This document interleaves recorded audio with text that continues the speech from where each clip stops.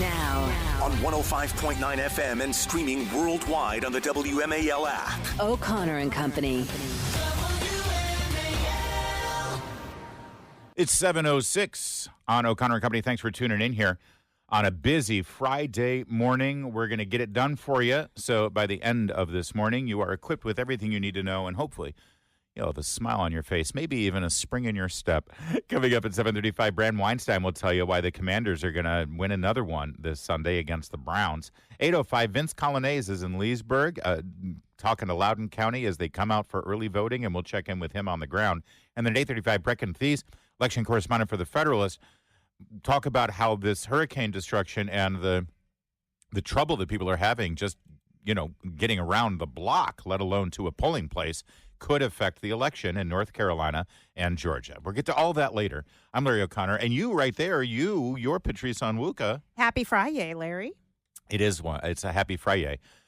Indeed, because we just talked about the brand new Big Mac that'll have chicken patties instead of beef patties, and Yes. I am so hungry now. It is early, and we have not had breakfast. Yes, I can't wait to absolutely binge and then possibly purge later.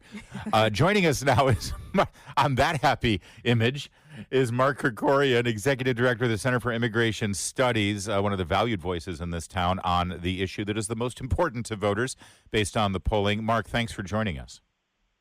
Well, thank you. I wanted one of those chicken Big Macs until you ended that comment. But anyway, I know. I'm doing fine. That was probably a little TMI.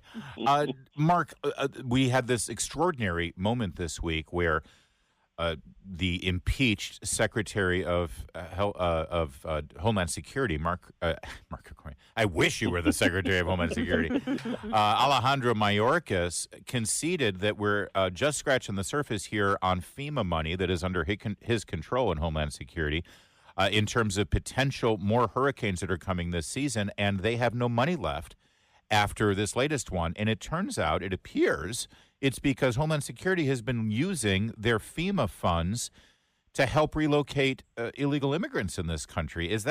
Can they do that? Do you have the details on this for us? Yeah, there's a program that was started back in the 1980s, the Emergency Food and Safety Program, Emergency Food and Shelter Program, basically started for homeless vets.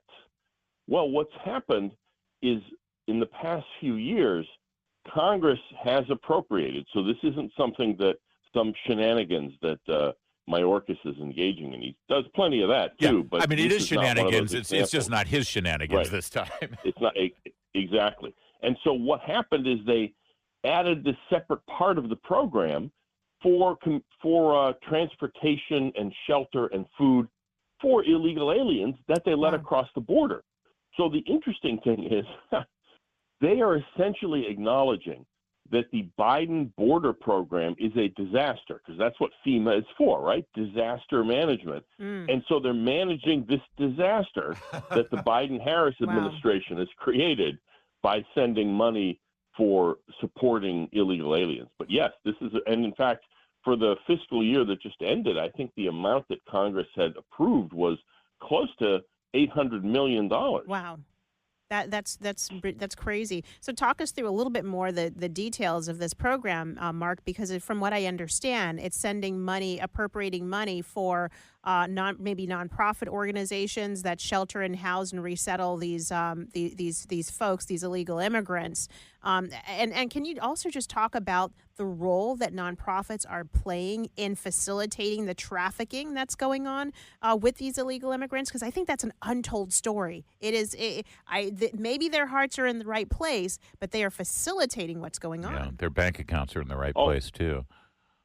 Yeah, no, there's no question about it. In fact, the funding for these nonprofit activist groups really here is only the end of a long process. We are funding through tax money, facilitating the movement of these illegal migrants back down in Panama and Colombia before they ever get here.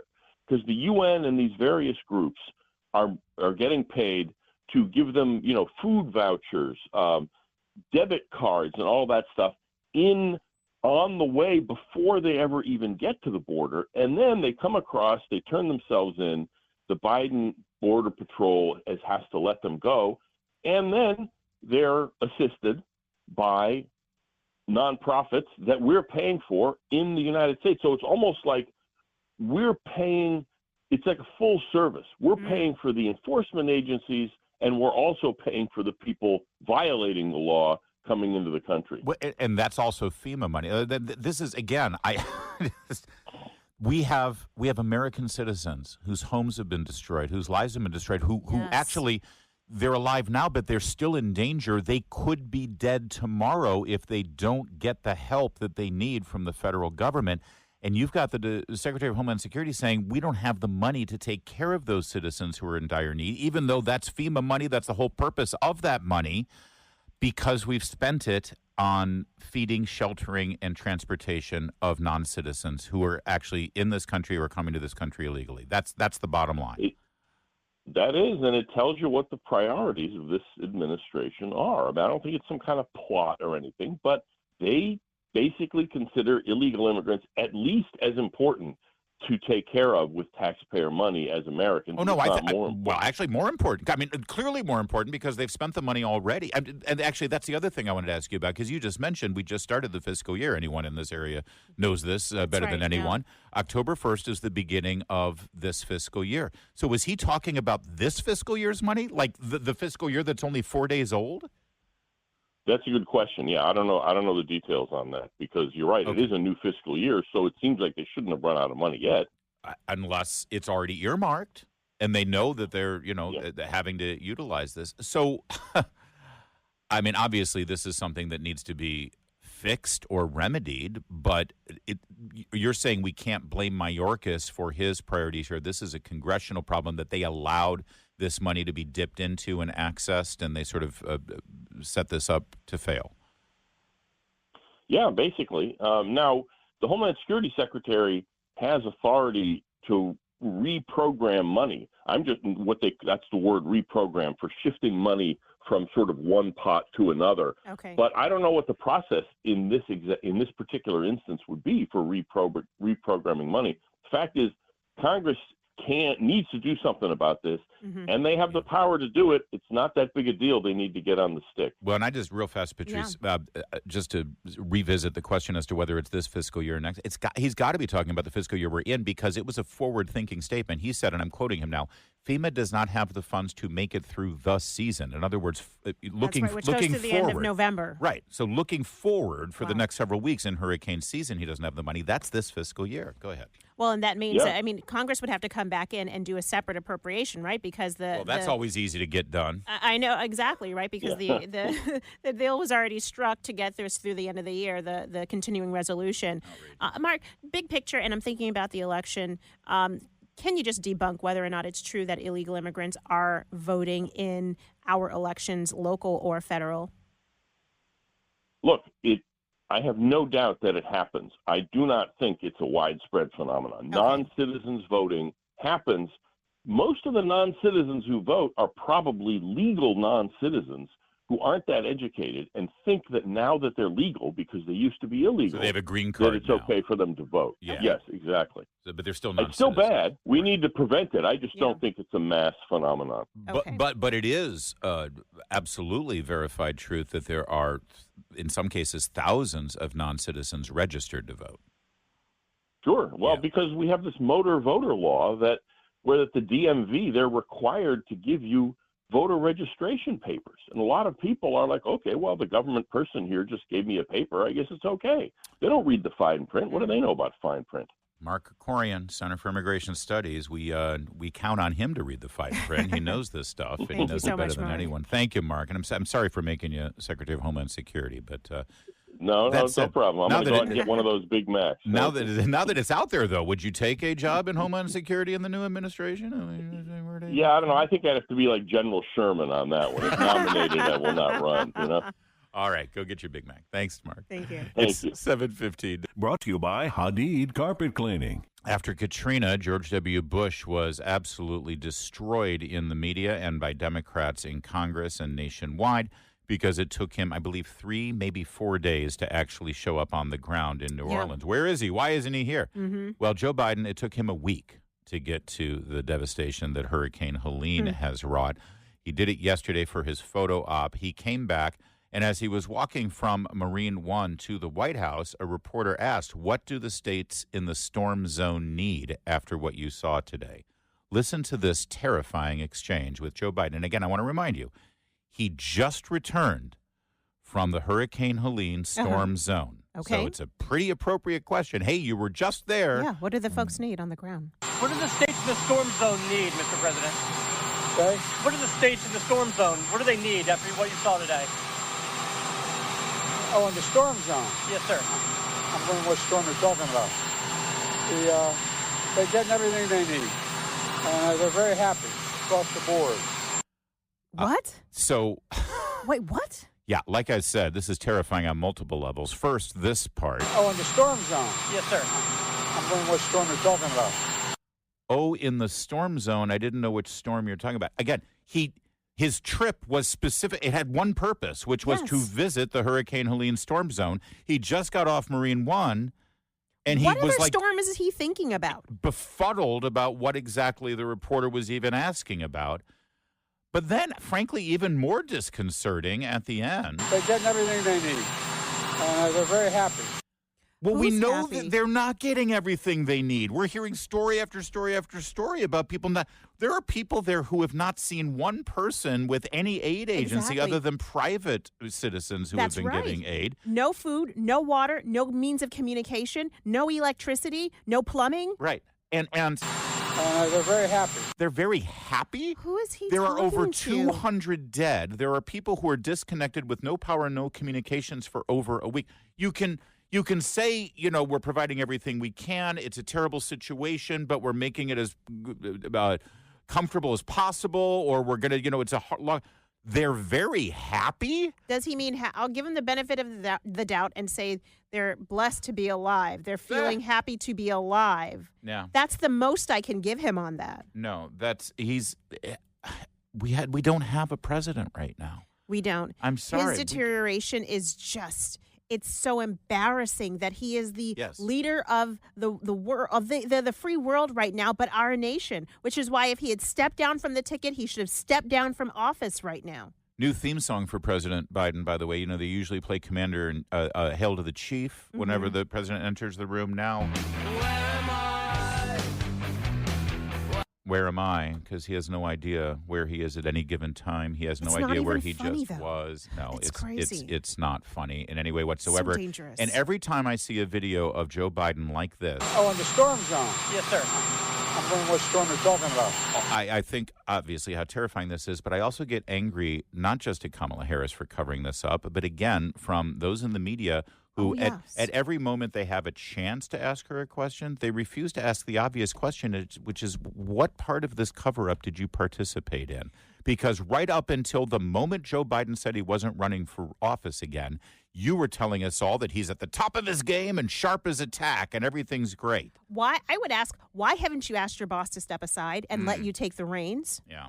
If Good you question. are so concerned and it's obvious to everybody else, why wouldn't you want to be able to be in charge right now? I mean, And- if and- she could have selfish motives. I get that. And why did you lie and cover this up? Meanwhile, Pete Buttigieg, Secretary of Transportation, put out a bizarre little selfie video yesterday about what was going on in North Carolina, and he warned people of using drones to try to find survivors who need help. Our goal is to make sure that funding is no obstacle to very quickly getting people the relief that they need and deserve. There's also some safety issues that come up. For example, temporary flight restrictions to make sure that the airspace is clear for any flights or drone activity that might be. Let me just say, this is a corrupt lie. All right, Yes, this go is ahead. because right now we have private agencies. They're the only ones who are actually able to identify Yes. survivors and people who need help and then deliver help to them or actually go in and rescue Yes. them. By ending drone activity so that these people can fly over and see if there's somebody in that house, that needs help. They're impeding private relief efforts they and are. rescue efforts. Yeah. And this isn't about clearing airspace because these are drones, right? This is about not wanting the footage out. Because those drones capture video footage that goes on social media. This is a First Amendment issue. They're trying to keep the damage from showing the Yes. damage. Yes. That's what this is really about, and it's despicable. Meanwhile, people are. So if you restrict that now, you don't know where people are. Yep. The federal government is not coming in. It's not able to come in. It's run out of money to come in and save you. Yep. And the only people you could depend on are your neighbors or members of Congress who are Right. able to go in there and help rescue people. I said it the other day. Do not expect your federal government to save you. Do not put your hope in them to save you. Yeah. Do not expect them to save you. Don't even expect them to help you right now. They would rather help a lot of other countries, which is fine, but they're not taking care of home first. Right. And this is a great example of that. Well said. And your Secretary of Transportation, who was missing in action for a week on this, now his main priority is damage control, not the damage from the hurricane. And information. It's the publicity. Information control. Yeah, it's the damage control politically that they're worried about. It's 7:24. Now on 105.9 FM and streaming worldwide on the WMAL app. O'Connor and Company. 7:36, O'Connor and Company, a big Friday morning coming up at 8:05. Vince Colonnese is in Leesburg as the citizens of Loudoun County will be exercising their right to vote early today and over the course of the next couple of weeks. But Vince and his producer Corey have been out there every Friday to greet you all and give you donuts and coffee, and I hope you go see him. We'll check in with him to see what it's looking like on the ground. Also at 8:35, we're going to check in with Federalist correspondent Brecken Thies, find out if this hurricane and the damage is going to hamper voting in states like North Carolina and Georgia. Stop it with your dancing, Patrice Onwuka. It's a Friday. Thank you very much. Are you doing the robot over there? Is that what that was? It's 90s hip-hop I understand. style. Patrice Onwuka's there. Yes. Larry O'Connor right here. And let's get a quick look at sports and news, and most specifically, your Washington Commanders, who are coming off a dominant two-game road trip where they absolutely demolished their opponents. Yeah. Monday Night Football first was Cincinnati in Cincinnati, and then last weekend against the Cardinals. We were told it was going to be a close game. It wasn't. Jaden Daniels is obviously making the case for himself as Rookie of the Year, but frankly, he's making the case as MVP right now as well, as he is throwing these near-perfect games. He's got the highest completion percentage of any quarterback in the NFL. He actually broke the record for the highest completion record for the first 4 games of the season, and that's a record that, we're talking about the likes of Peyton Manning and Tom Brady, and he's all rookie. This is the first time he's ever seen NFL defenses in his life. Coming off his Heisman Trophy senior year at LSU. It really is something to behold, and you got to think, Patrice, coming back to Landover, where the Commanders have, not gotten great home crowds over the last several hapless years. Yes. And if anything, because of the nature of Washington, D.C., where so many people who live here have come from other places in the country, brought their fan allegiances here, and sadly then bring those fan allegiances to the game. Sometimes you see Commanders fans outnumbered by the away team, but this Sunday against the Cleveland Browns, it's going to be packed. I think it's going to be packed, and I think it's going to be a very strong showing from the Burgundy and Gold. I'm looking forward to it. I'll be there. Well, good. Well, anytime you can beat Cleveland. The Browns, yeah. Oh, God. No, because they're from Ohio, and we hate Ohio. Well, we don't mind. I listen. don't mind people from Ohio. Don't get me wrong, but that state, as a Michigander, it's not good. Listen, as your resident Patriots fan, I have been keeping tabs on the Commanders and Jaden Daniels. I mean, he's off to a good start, but I also remember a certain rookie who the Washington team, under their former name, that would be the Redskins. Yes. They. Okay, I won't go there on the name. But yeah, there was a lot of stock put in RG3. I know. And he was built up as the new Tom Brady. Yes. I'm hoping Jaden Daniels breaks that curse. Me too. And that the Commanders not just make the postseason, but wouldn't it be amazing if they go all the way? The comparisons to Robert Griffin obviously are easy to make here. Both rookies, both Heisman Trophy winners, both incredibly talented athletes. Their games are very different, though. Jaden Daniels does not rely on scrambling and running for yards in the same way RG3 did. It was a big dynamic part of his game.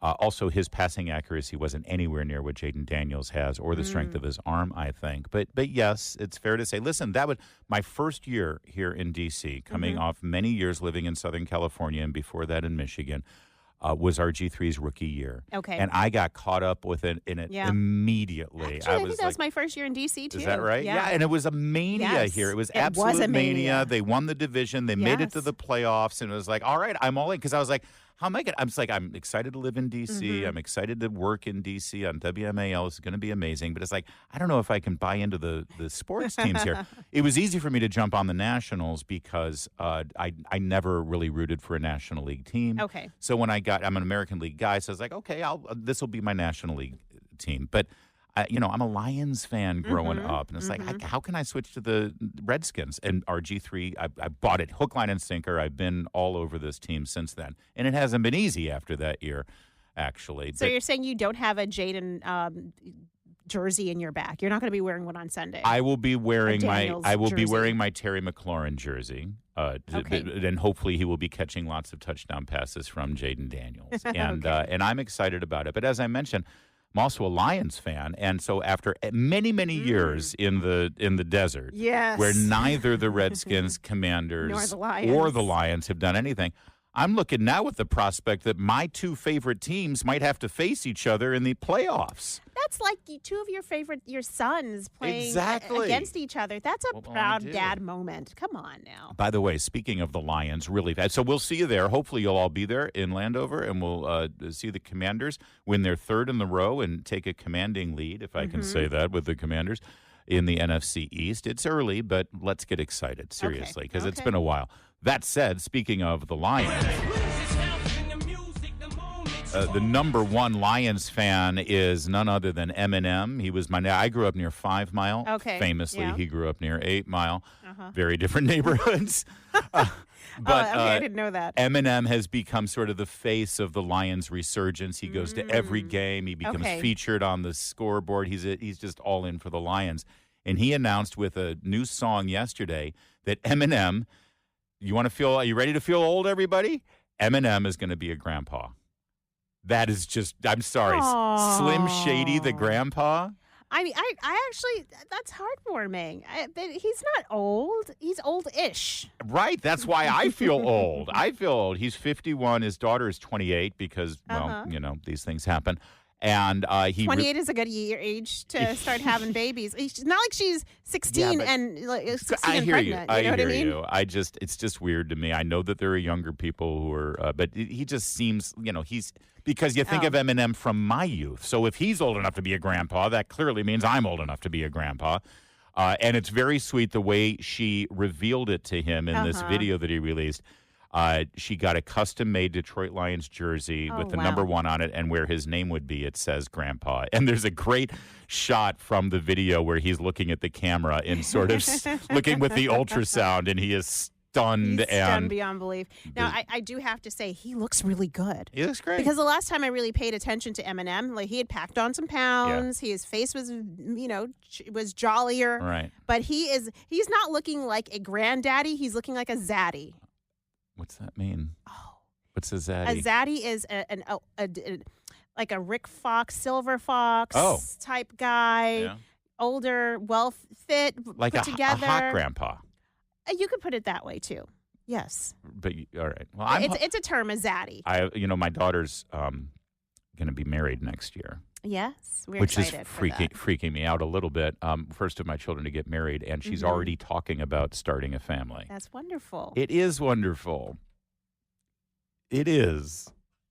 I'm just so maybe I'll try to be a zaddy too. I'll try to because I refuse to be a grandpa. You're George Clooney's that's where when you think zaddy, fit. So when you think looking. me, you think George Clooney is what you're saying. Well, that's what I heard. If you close your eyes, you might see the. If you close your, you might see the resemblance there. 7:44. Well, this music is perfect intro because somebody celebrated a birthday, a big celebration this week. Well, yeah, Meredith. October 1st was her birthday. Oh, happy birthday, and my mom yesterday. Happy belated birthday, Mom and Meredith. Absolutely. Who else? A certain race-baiting, divisive, Reverend Al Sharpton. But resist we much. We must and we will much about that be committed. Well, that's exciting. Good He's a for man him. of many words, but many words that make no sense. And let's not forget, he tells us to put some RESPI. Show some RESPICT. Yeah. Thank you. Put some respect on our name. So we're going to put some respect on his. He got some respect for his birthday yesterday, including from someone who took time out of her busy schedule. The world is falling apart. There are bombs falling over Israel, our closest partner. Always time. There are hurricanes. How many Americans have no water or food right now? But there is time to make a video. Happy 70th birthday, Rev. Happy birthday. Rev. I celebrate the day you were born. Oh. You have been, over all of your years, such an extraordinary leader. You are a voice of truth, a voice of conscience. What? No, I can't. I'm going to stop her. A voice for Kamala truth. Harris calls him a voice of truth and conscience. He literally was sued and lost for defamation for lying about the Tawana Brawley case. That's how he made his big name. And he's incited riots, anti-Semitic riots. Absolutely. He's a voice for truth. Well, So he's there you go. Did you catch what she said? I celebrate the day of your birth. I'm thinking if she wins, I'm thinking federal holiday. I'm thinking she will move for a federal holiday to honor. It'll be Al Sharpton Day, Reverend Al Sharpton. By the way, does he have a church? They keep calling him Reverend. Does he actually have a church? I don't know when he was ordained, but he's one of those roving ministers. He's a radio roving, host. All right. Well, I will give him credit because he hijacked a civil rights movement and turned it into a money-making power center for him in the Democratic base. Yeah. Jesse Jackson wasn't able to do that. Al Sharpton does it, and when you do something that's apparently racist, you have to go and bend your knee at his NAN organization. Which so is what he's Kamala figured just it out. did. You're right. 7:54.